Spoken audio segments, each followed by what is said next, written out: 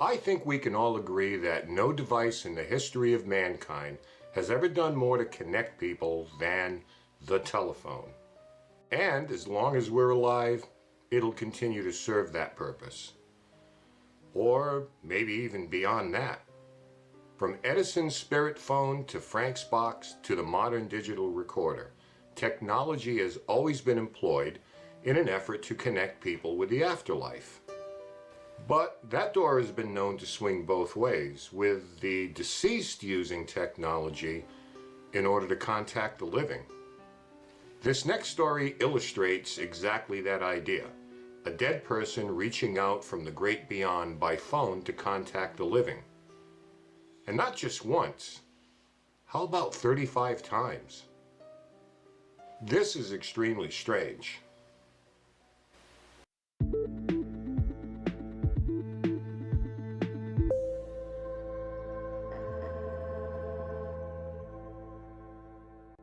The year is 2008, and 49-year-old Charles Peck, a divorcee living in Salt Lake City, Utah, had fallen in love and become engaged to a woman named Andrea Katz, and they were planning to move to her home in California, where they would begin planning their wedding.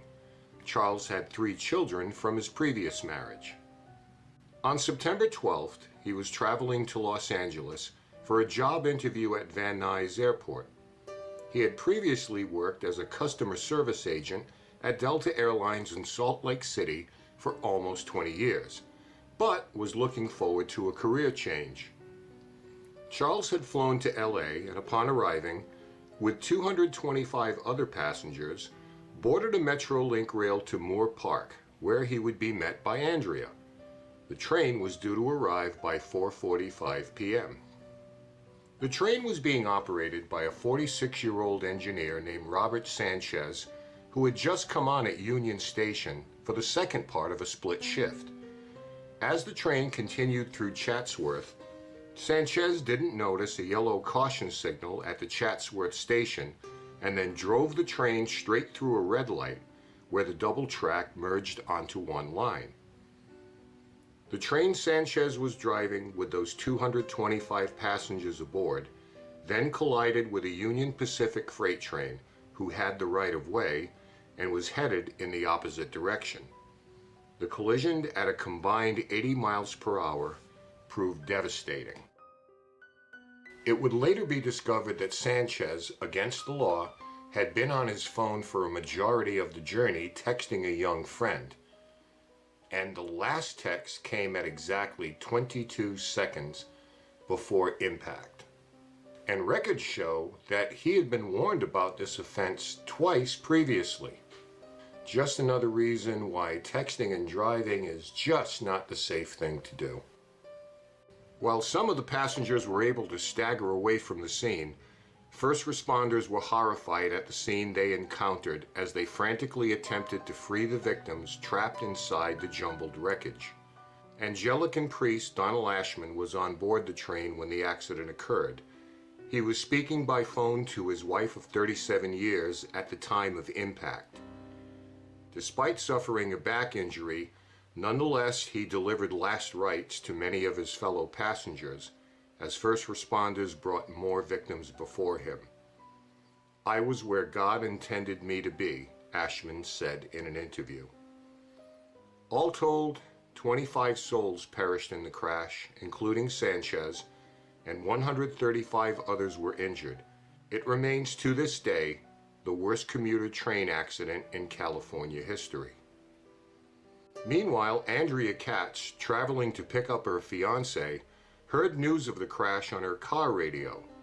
She was immediately concerned, but her initial fears were somewhat put to rest when she saw she had a number of incoming calls from Charles on her phone, a sign she took as he was likely okay. There was still the matter of locating him, though, and she contacted some family members who also made the trip to Chatsworth to find him.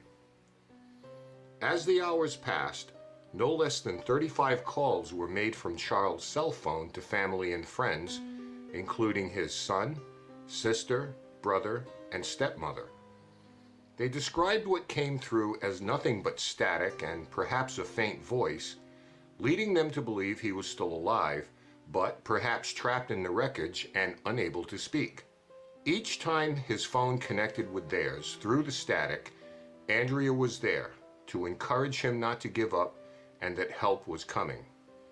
Throughout the night, work continued to remove victims from the wreck, and emergency personnel used the final call coming from Charles' phone to try and locate him. By 3 a.m. the following morning, the calls stopped coming. It was an hour later, to the horror and devastation of his loved ones, rescuers finally found the lifeless body of Charles Peck trapped inside one of the train cars. It was immediately clear to medical personnel that because of the condition and location of his body, it was literally impossible he had survived the initial impact of the trains. A coroner's report confirmed this beyond a shadow of a doubt. Which begs the obvious question, how could he continue to make phone calls to the living after being instantly killed in a train crash? Well, we do love our alternate theories here on Extremely Strange, and in this case there are no lack of those. One theory is there always seems to be the possibility of trolls just being the jackasses they are, but no one except Andrea Katz knew he was on that train, at least until others were notified of what had happened to him in the hours before his body was discovered. Some have surmised that it was simply a phone malfunction caused by the crash, or perhaps an object resting on top of it resulting in continuous calls.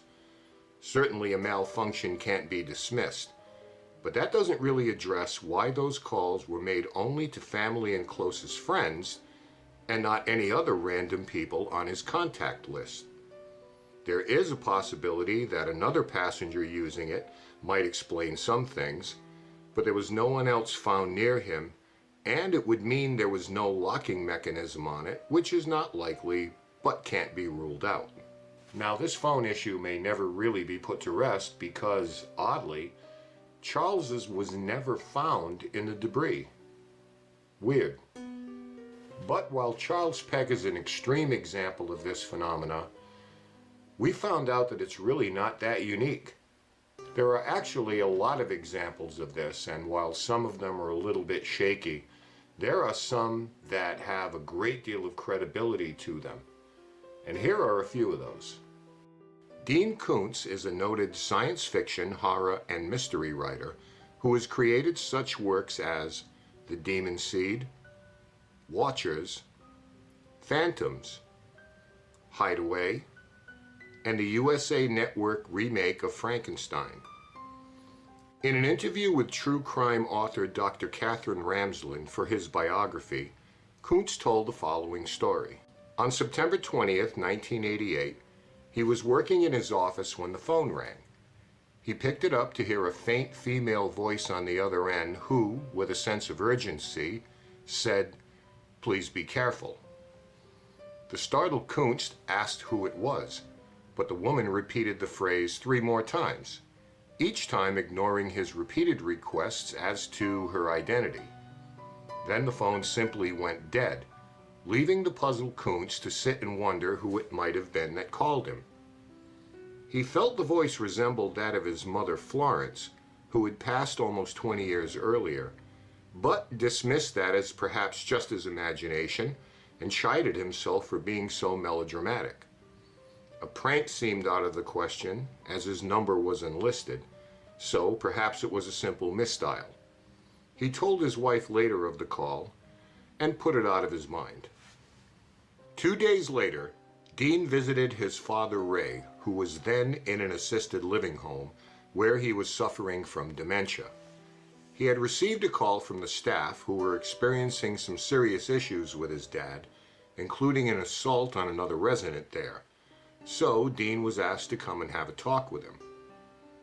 Unknown to him, his father had used a portion of his allowance to purchase a fishing knife with a yellow handle and had honed the blade down to razor sharpness and modified it to open as a switchblade would. As Dean entered the room, his father went to the drawer where he kept the knife and, lunging at Koontz, attempted to slash his own son with it. Kuntz managed to wrestle the weapon from him as staff looked on in panic.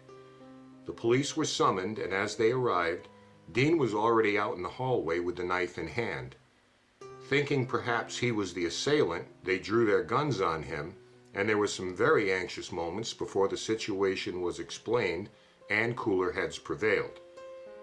Kuntz realized that he had dodged grievous harm not once, but twice in the same day. Now, this was actually the second time his father Ray had pulled a knife on Dean, the first being back in 1987. To say they had a tumultuous relationship doesn't really do the word justice. Dean's mind would go back to the mysterious phone call he received 2 days earlier saying, "People report these kind of events all the time, and it's always struck me as interesting that everyone seems to have had an experience or two of the uncanny. Sometimes I believe that call was from my mother, and sometimes that it was a very strange, serendipitous wrong number. I think you always have to keep some skepticism about things like this, but it's comforting to think that there may be a realm where the personality survives." Kuntz would include a scene similar to this confrontation with the police in his 1993 novel Mr. Murder, and a later book would include the notion of a dedicated phone line for ghosts. Now, Kuntz never received another call of that nature, so perhaps this was a one-time thing where his mother was reaching out to him to warn him. But even if not, it appeared that somebody was. Iconic actress and director Ida Lupino also claimed to have a weird supernatural experience via telephone. Her father belonged to an exclusive club in London that catered to actors, songwriters, and theater types. He held the title of Treasurer of Secrets, in which his responsibilities mirrored that of the Masons. Ida tells a story about one of the club members to whom she chose to give the fictitious name of Andy. He was a regular visitor to their home, and Ida called him Uncle Andy. 9-year-old Ida was staying at her grandmother's home outside of London while her parents Stanley and Connie were performing at a variety house in the city. One night she had a rather disturbing dream about her Uncle Andy and woke up around 10:30 p.m., unable to go back to sleep. She decided to go downstairs to tell her grandmother about her nightmare. Her granny was in the kitchen preparing a late meal for her parents, and while little Ida was sharing her dream with her, the phone rang. Ida was told to answer it. On the other end, she heard a man's voice, quite faint and indiscernible at first, but growing ever stronger. As it did, the same message was repeated over and over. "I must talk to Stanley. It's terribly important." Now recognizing the voice, Ida responded, "Oh, it's you, Uncle Andy. Daddy isn't home yet." Yet the voice on the other end insisted, "I must talk to Stanley. It's terribly important." Ida asked him to hold the line while she got her grandmother. Granny picked up the phone and Ida heard her say, "Why, Andy? Are you ill?" She promised to have Stanley call him as soon as he came in, and with that, the phone went dead, angering the grandmother, who went so far as to contact the switchboard operator to complain about the call being dropped. Her anger turned to confusion when the operator claimed there had been no call on her line in the last hour, and with that she hung up and went back to preparing dinner. When Ida's parents returned from their engagement, Ida gave them the message that Uncle Andy had called and wanted to speak to her father. Her mother Connie's face then turned ashen, and she collapsed into a chair. Her father told Ida she must have been mistaken and it was past her bedtime now. But her grandmother confirmed that it was indeed Andy who called, and that Stanley should return the call right away as Andy sounded very sick. "Mom," Stanley answered, "Andrew Meyer is dead. He hung himself 3 days ago." The final case goes back to 1969, when a young man named Carl rented a seaside cottage for a vacation stay. The cottage had an old-style telephone that one night rang at 11:13 p.m.